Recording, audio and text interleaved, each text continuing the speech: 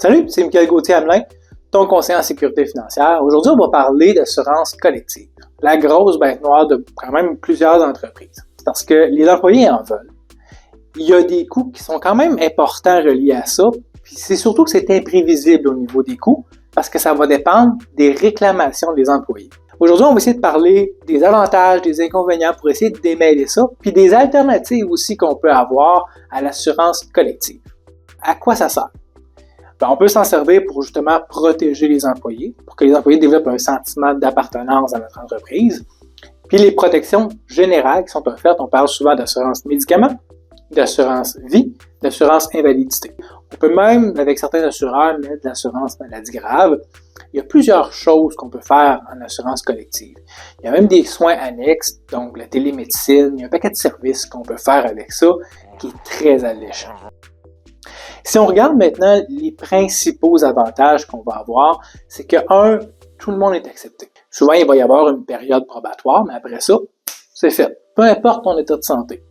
Ça, c'est un avantage important. Ça peut permettre d'aller chercher des employés à des compétiteurs qui n'offriraient pas ces régimes-là, parce qu'il y a beaucoup de personnes qui recherchent une assurance collective.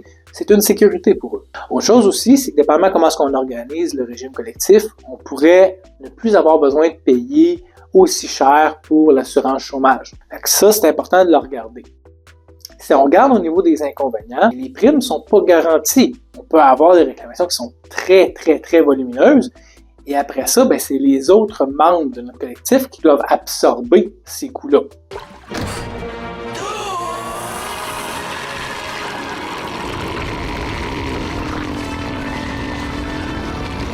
Les coûts peuvent augmenter et on peut perdre le contrôle.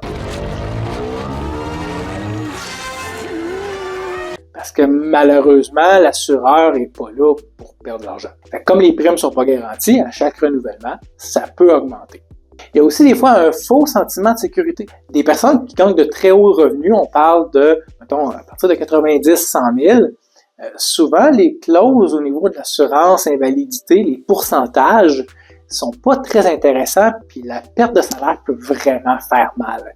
J'ai vu ça souvent. Souvent aussi, le propriétaire va se mettre sur l'assurance collective et la plupart du temps, il y a des options vraiment mieux que ça pour un propriétaire d'entreprise et c'est une erreur la plupart du temps d'être sur l'assurance collective pour lui. Les alternatives qu'on peut avoir, il peut y avoir de l'assurance que j'appelle groupée. On parle d'une assurance invalidité où il va y avoir moins de questions parce qu'il y a plusieurs personnes qui y adhèrent et là, les primes sont garanties. Il n'y a plus d'augmentation de coûts, il n'y a plus de volatilité et il n'y a aussi aucune gestion de la part de l'employeur. Ça aussi, c'est important parce que l'administration d'un régime collectif peut des fois être assez lourde. Puis on le sait, l'administration, la gestion, c'est du temps, puis le temps, c'est de l'argent. Excellent! Donc on va venir sauver ces coûts-là. Bien sûr, comme je l'ai dit tantôt, les questions de santé, il y a encore moins de personnes qui peuvent être admissibles si la santé n'est pas tout à fait au rendez-vous. Ensuite de ça, il y a aussi des assureurs qui vont permettre de faire un régime, on va dire, semi-collectif, où ils vont aussi mettre l'assurance vie, l'assurance maladie grave, mais le médicament va être avec la RAMQ. C'est pas une assurance collective à proprement dit, c'est vraiment une alternative. Donc on va choisir ça, et ça va venir contrôler les coûts.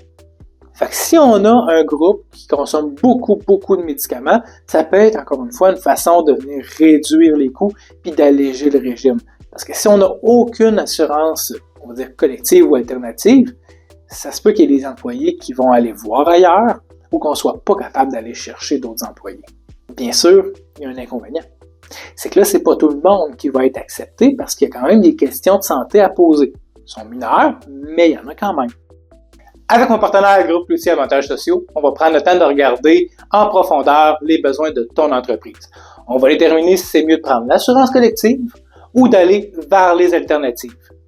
Alors, prends le temps de m'appeler, on va trouver la bonne assurance et la bonne solution pour ton entreprise.